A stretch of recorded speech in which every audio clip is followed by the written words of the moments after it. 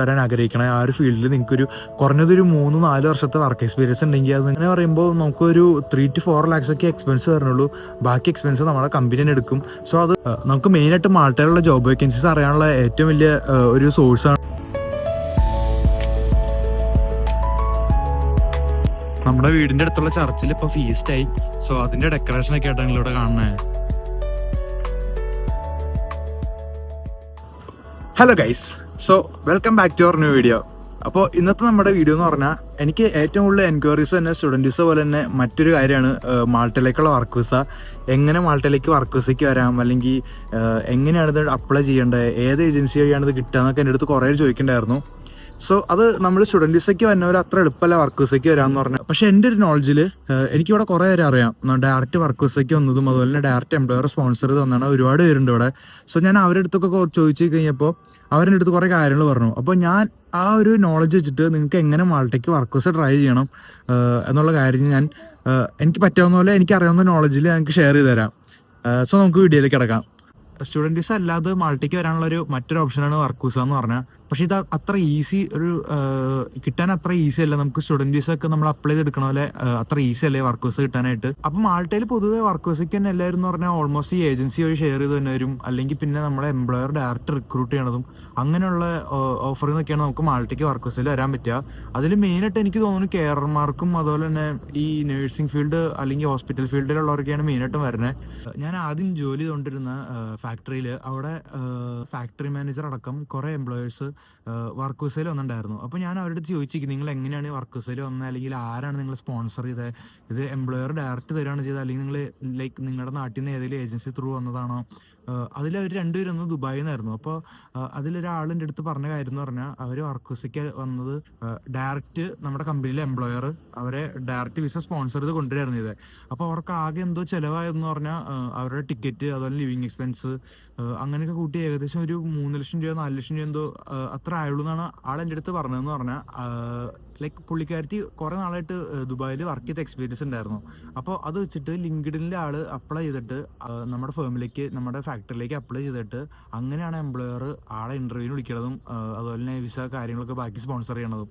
അപ്പോൾ എനിക്ക് മനസ്സിലായി ഇതിലൊരു മാൾട്ടയ്ക്ക് വർക്ക് വിസയിൽ തന്നെ ഒരു 50% ആൾക്കാരും ഏജൻസി ത്രൂ ഇങ്ങനെ ഒരുപാട് പൈസ കൊടുത്തു തരുന്നു. പക്ഷേ ബാക്കി 50% എന്ന് പറഞ്ഞാൽ ഇങ്ങനെ അപ്ലൈ ചെയ്ത് ഡയറക്റ്റ് എംപ്ലോയർക്ക് അപ്ലൈ ചെയ്ത് അവരെ സ്പോൺസർഷിപ്പിൽ എംപ്ലോയർ തന്നെ കൊണ്ടുവരികയാണ് ചെയ്യുക.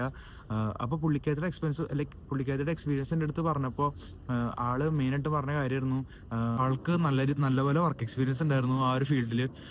പുള്ളിക്കാരത്തി ഫാക്ടറി മാനേജറായിട്ട് ദുബായിൽ ഏതാണ്ട് 3-4 ഇയേഴ്സ് എന്തോ ജോലിയായിരുന്നു. അപ്പോൾ ആ സമയത്താണ് ഇങ്ങനെ ലിങ്ക്ഡിനിൽ ഒരു CV ഉണ്ടാക്കി യൂറോപ്പാസിൽ CV ഉണ്ടാക്കി ആളിങ്ങനെ സിമിലർ ആയിട്ടുള്ള ജോബ് വേക്കൻസിയിലേക്കൊക്കെ അപ്ലൈ ചെയ്യാൻ തുടങ്ങി. സോ പെട്ടെന്ന് ഒരു ദിവസം ഇങ്ങനെ നമ്മുടെ ഇവിടുത്തെ എംപ്ലോയർ ആളെ കോൺടാക്ട് ചെയ്യും, അതുപോലെ തന്നെ ഇൻ്റർവ്യൂ നടത്തിയിട്ട് ഇൻ്റർവ്യൂ ഒക്കെ നടത്തി എല്ലാം ഓക്കെ കഴിഞ്ഞിട്ട് ആൾക്കുള്ള വിസ സ്പോൺസർ ചെയ്യായിരുന്നു. സോ ആൾക്ക് ആകെ അതിനകത്ത് ഇതിനു വേണ്ടി എടുക്കേണ്ടി വന്നതെന്ന് പറഞ്ഞാൽ കാർഡിന് വേണ്ടിയിട്ട് അപ്ലൈ ചെയ്യണ പൈസയും അതുപോലെ തന്നെ ടിക്കറ്റിൻ്റെ പൈസയും ആളുടെ എക്സ്പെൻസിൻ്റെ പൈസയും മാത്രമാണ് ആളുടെ കയ്യിൽ നിന്ന് എടുത്തിട്ടുള്ളൂ. ബാക്കിയെല്ലാം കമ്പനി ചിലവിലാണ് ആളിവിടെ എത്തിയത്. അപ്പോൾ എനിക്ക് മനസ്സിലായ ഒരു കാര്യമായിരുന്നു, നമുക്ക് സ്കില്ലുണ്ടെങ്കിൽ അല്ലെങ്കിൽ നമുക്ക് കുറച്ച് ഹാർഡ് വർക്ക് ചെയ്യാൻ ഒരു മൈൻഡ് ഉണ്ടെങ്കിൽ എന്തായാലും നമുക്ക് വർക്ക് വിസയിൽ വരാൻ പറ്റും എന്നുള്ളത്. സോ അങ്ങനത്തെ ഒരു ഓപ്ഷനും സ്റ്റിൽ അവൈലബിൾ ആണ്. പക്ഷേ എല്ലാവരും വിചാരം എന്ന് പറഞ്ഞാൽ ചിലപ്പം ഹോസ്പിറ്റൽ ഫീൽഡിലുള്ളവർക്ക് മാത്രമേ വർക്ക് വിസ കിട്ടുള്ളൂ, അല്ലെങ്കിൽ നേഴ്സായിട്ടുള്ളവർക്ക് അല്ലെങ്കിൽ കെയർ ഗീവർ ആയിട്ടുള്ളവർക്ക് മാത്രമേ വർക്ക് വിസ കിട്ടുള്ളൂ എന്നാണ്. പക്ഷേ എംപ്ലോയർ ഡയറക്റ്റ് സ്പോൺസർ ചെയ്ത് വർക്ക് വിസയിൽ വന്ന ആൾക്കാർ ഇഷ്ടംപോലെ കണ്ടിട്ടുണ്ട്. അപ്പോൾ ഇവരുടെ അടുത്തൊക്കെ ചോദിച്ചപ്പോൾ ഇവരെല്ലാവരും പറഞ്ഞത് ഈ സിമിലർ എക്സ്പീരിയൻസ് തന്നെയായിരുന്നു. അപ്പോൾ മാൾട്ടയിലേക്ക് ജോബ്സ് നോക്കുമ്പോൾ നിങ്ങൾക്ക് മെയിനായിട്ട് ഹെൽപ്പ് ചെയ്യണ 2-3 വെബ്സൈറ്റുകളാണ്. ഒന്ന് ലിങ്ക്ഡിൻ, അതുപോലെ തന്നെ കീപ് മീ പോസ്റ്റഡ്, പിന്നെ അതുപോലെ തന്നെ ജോബ് ഹുണ്ട് എന്ന് പറഞ്ഞിട്ടൊരു വെബ്സൈറ്റ്. ഇതിലൊക്കെ എന്ന് പറയുമ്പോൾ നമുക്ക് ഡയറക്റ്റ് വർക്ക് വേക്കൻസീസ് നമുക്ക് അറിയാൻ പറ്റും. അതുപോലെ ഡയറക്റ്റ് എംപ്ലോയർക്ക് നമുക്ക് നമ്മുടെ ആപ്ലിക്കേഷൻ അപ്ലൈ ചെയ്യാനും CV അയച്ചു കൊടുക്കാനും പറ്റും. സോ ഈ ഒരു 3 ആപ്ലിക്കേഷൻ നല്ല ഇമ്പോർട്ടൻ്റ് ആയിട്ടുള്ള ആപ്ലിക്കേഷനാണ്. നിങ്ങൾക്ക് അതിനകത്ത് എനിക്ക് തോന്നുന്നു ഫിൽട്ടർ വെച്ചിട്ട് നമുക്ക് നമ്മുടെ സിമിലർ ആയിട്ടുള്ള എക്സ്പീരിയൻസ് വെച്ചിട്ടുള്ള ജോലികൾ സെർച്ച് ചെയ്യാനും അതുപോലെ എംപ്ലോയർക്ക് നമ്മുടെ CV അയക്കാനും ഉള്ള ഓപ്ഷൻ അതിനകത്ത് തന്നെ ഉണ്ട്. സോ ഗൈസ്, അപ്പോൾ ഞാൻ പറഞ്ഞ പോലെ നിങ്ങൾക്ക് ലിങ്ക്ഡിൻ അല്ലെങ്കിൽ കീപ് മീ പോസ്റ്റഡ്, അതുപോലെ തന്നെ ജോബ് ഹുണ്ട്, അതുപോലെ നമുക്ക് മാൾട്ടയിലേക്കുള്ള ജോബ് വേക്കൻസി നോക്കാനുള്ള കുറേ ആപ്ലിക്കേഷൻസിൻ്റെ ലിങ്ക് എനിക്കറിയാവുന്ന ഞാൻ നിങ്ങൾക്ക് താഴെ കമൻറ്റ് ബോക്സിൽ മെൻഷൻ ചെയ്യാം. അപ്പോൾ നിങ്ങൾ അതിലത് നോക്കിയിട്ട് നിങ്ങൾക്ക് സിമിലർ ആയിട്ട് എവിടെ എക്സ്പീരിയൻസ് ഉണ്ടോ, അല്ലെങ്കിൽ എവിടെ നിങ്ങൾക്ക് ഇൻട്രസ്റ്റ് ആയിട്ടുള്ള ഫീൽഡാണോ, അതൊക്കെ നോക്കിയിട്ട് അവിടേക്ക് ഒരു യൂറോപാസിൻ്റെ CV ഉണ്ടാക്കിയിട്ട് അപ്ലൈ ചെയ്യുക. അപ്പോൾ എന്തായാലും ലൈക്ക് 1 മാസം 2 മാസത്തിനുള്ളിലൊന്നും പെട്ടെന്ന് നിങ്ങൾ ലൈക്ക് കോൾ എക്സ്പെക്ട് ചെയ്യരുത്.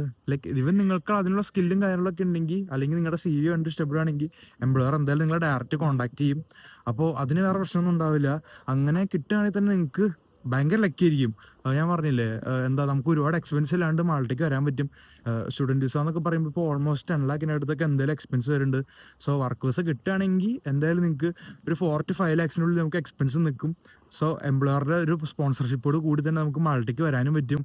സോ നമുക്കിപ്പോൾ ഒരു 3-4 വർഷത്തെ എക്സ്പീരിയൻസ് ഇപ്പോൾ ഏതെങ്കിലും മാർക്കറ്റിംഗ് ഫീൽഡിലൊക്കെ ഉണ്ടെങ്കിൽ നിങ്ങൾ അതായിട്ട് റിലേറ്റഡ് ആയിട്ടുള്ള ജോബ് വേക്കൻസികൾ നോക്കുക. എന്നിട്ട് അവിടേക്ക് ഡയറക്റ്റ് അപ്ലൈ ചെയ്യുക. ഈവൻ അതിനകത്ത് നിങ്ങൾക്ക് എംപ്ലോയറുടെ മെയിൽ കിട്ടുകയാണെങ്കിൽ ആ മെയിലിൽ എടുത്തിട്ടാണെങ്കിലും ആൾക്ക് CV അയക്കാം. ഇപ്പോൾ ഇൻ കേസ് നിങ്ങളുടെ പ്രൊഫൈൽ കണ്ടിട്ട് ആൾക്ക് നല്ലതാണെന്ന് തോന്നുകയാണെങ്കിൽ ആൾ എന്തായാലും നിങ്ങളെ കോൺടാക്ട് ചെയ്ത് നിങ്ങൾക്ക് ഡയറക്റ്റ് കമ്പനിയുടെ സ്പോൺസർഷിപ്പിൽ ഇവിടെ വർക്ക് വിസയ്ക്ക് വരാനായിട്ട് പറ്റും.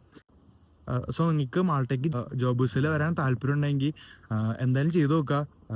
അത് ലൈക്ക് എന്തായാലും 100% എഫക്റ്റീവ് ആയിരിക്കുമെന്ന് ഞാൻ പറയാനുള്ള, ലൈക്ക് നിങ്ങളുടെ ലക്ക് എന്തായാലും നിങ്ങൾ ട്രൈ ചെയ്ത് നോക്കുക. അങ്ങനെ വന്നവരുണ്ട്, ഞാൻ പറഞ്ഞില്ല. ആക്ച്വലി ഇവിടെ ഏജൻസി ത്രൂ അല്ലാതെ ഡയറക്റ്റ് എംപ്ലോയർക്ക് അപ്ലൈ ചെയ്ത് വരുന്നവർ ഇഷ്ടം പോലെ ഉണ്ട്. ഞാൻ ഈ അടുത്ത് അങ്ങനെ അറിഞ്ഞപ്പോഴാണ് ഇത്ര ഡീറ്റെയിൽ ആയിട്ട് ഇതിനെപ്പറ്റി അറിയാൻ പറ്റിയത്. സോ ഇന്നത്തെ വീഡിയോ എല്ലാവർക്കും ഇൻഫോർമേറ്റീവ് ആയിരിക്കും എന്ന് വിചാരിക്കുന്നു. സോ ചാനൽ സബ്സ്ക്രൈബ് ചെയ്യാൻ മറക്കണ്ട. See you guys on another video. By.